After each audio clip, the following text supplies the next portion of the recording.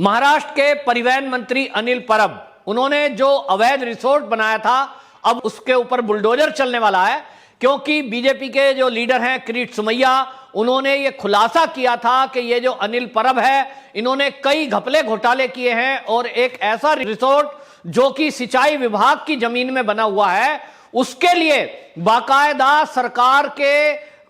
सरकार ने दबाव बनाया और अधिकारियों से कृषि वाली भूमि को नॉन कृषि की बताकर उसका एनओसी लिया और उस जगह में एक रिसोर्ट बना दिया। जबकि वो फोटो शेयर किया गया है और वो ड्रोन से लिया गया फोटो है, लेकिन किरीट सोमैया ने बाकायदा सबूत के साथ पेश किया कि किस तरह से समुद्र के किनारे, जहां कोई भी अपना रिसोर्ट बना नहीं सकता, किस तरह से नियमों को ताक पे रख के कृषि की जमीन में रिसोर्ट बनाया गया।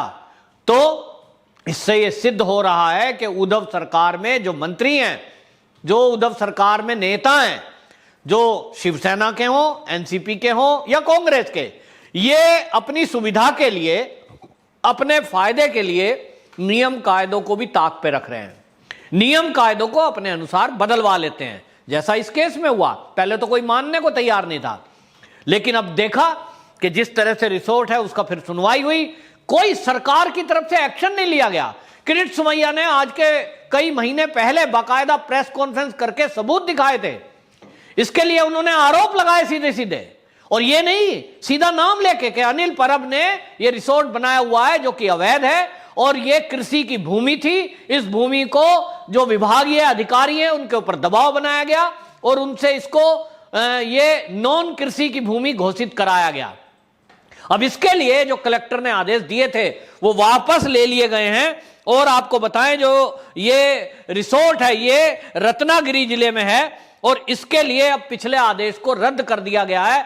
यानी रद्द होते ही अब वो जगह, जिस जगह पर रिसोर्ट अनिल परब का बना हुआ है, अब वो कृषि की जगह हो गई है जैसे कि थी। एक रिसोर्ट के लिए केवल नियम बदला गया। और इसमें खास बात यह है कि आप देखें कि किरीट सोमैया के द्वारा सबूत देने के बावजूद भी उद्धव जी ने कोई कार्रवाई इस पर नहीं की। क्यों नहीं की भाई?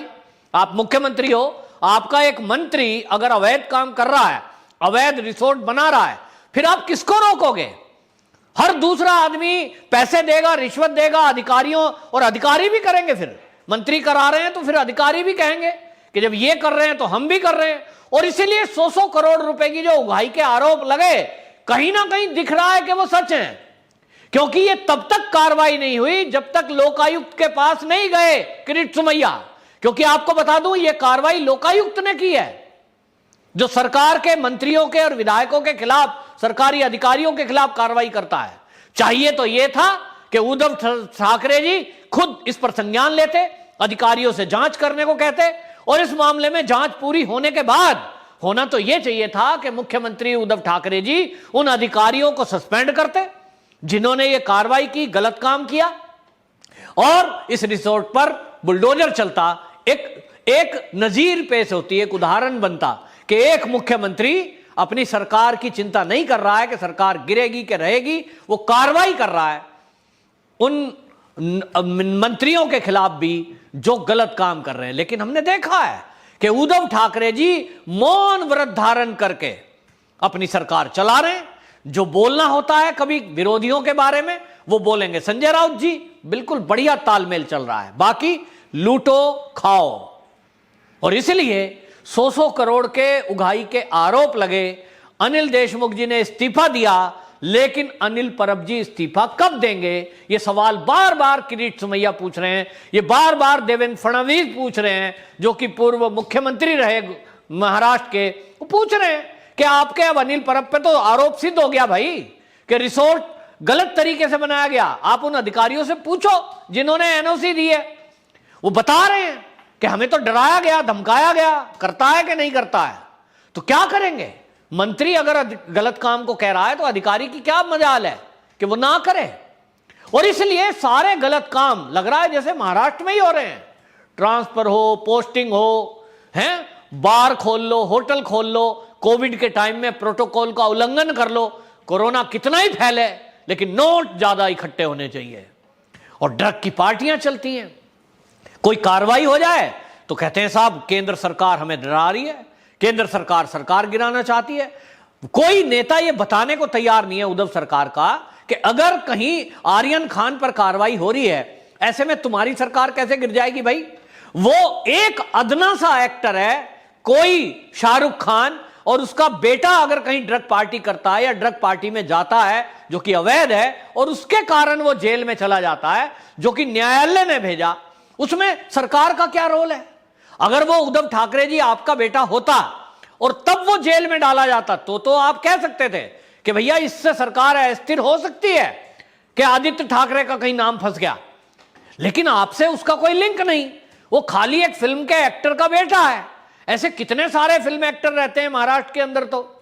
तो सबके बच्चे कहीं भी कुछ करेंगे तो क्या सरकार है स्थिर हो जाएगी, उससे समझ से परे है। लेकिन जिस तरह के बयान आए, जिस तरह से नवाब मलिक ने आगे खड़े होकर के बयानबाजी की, ये समझ में आ रहा है एक सूत्री कार्यक्रम चल रहा है कि बस अधिकारियों के ऊपर दबाव बनाओ, अधिकारियों को डराओ धमकाओ, रिश्वत में बिके तो खरीद लो और उनसे गलत काम कराओ। एक आदमी अगर गलत काम नहीं करता तो उसको परेशान करो। समीर वानखेड़े का उदाहरण है।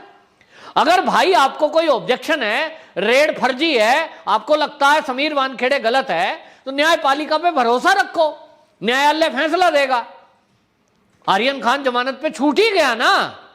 वो किस लिए छूटा? इसलिए नहीं छूटा कि नवाब मलिक जो आए दिन आरोप लगा रहे थे और रेड फर्जी बता रहे थे, कोर्ट ने कहा हो अरे भाई नवाब मलिक जी ने कहा है रेड तो फर्जी है, छोड़ दो। ऐसा थोड़ी हुआ है। ये नवाब मलिक जी कोई जज थोड़े ही हैं, लेकिन लगे हुए हैं क्योंकि दामाद फंसेगा। दामाद फंसेगा तो एक चांस चाहिए, दुनिया में बदनामी होगी, महाराष्ट्र में बदनामी होगी, और इसलिए उस बदनामी से बचने के लिए एक सहारा चाहिए।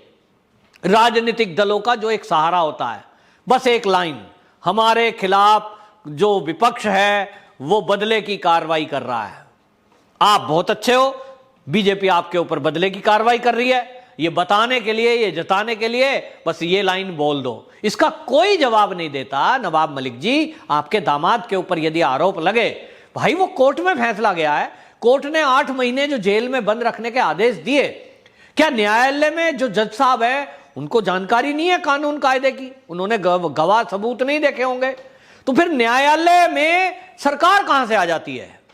न्यायपालिका में बीजेपी के कार्यकर्ता तो नहीं है, न्यायालय निष्पक्ष होकर वो फैसले देता है।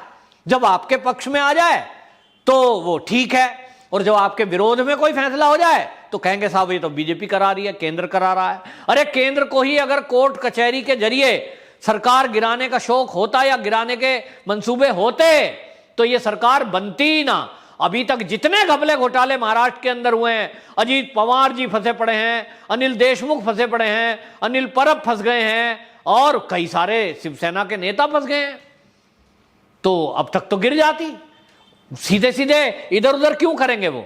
अगर केंद्र को करना ही होगा तो उद्धव ठाकरे के खिलाफ आरोप लगवाएंगे, और हम तो जानते हैं।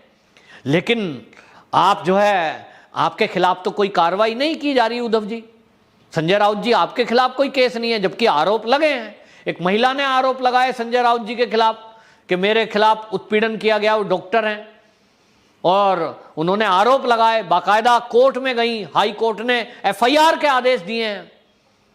तो संजय राउत जी पर कोई अनैतिक दबाव तो केंद्र नहीं बना रहा है, लेकिन आप केंद्र सरकार के सहारे बचना चाहते हैं, जो अब होगा नहीं।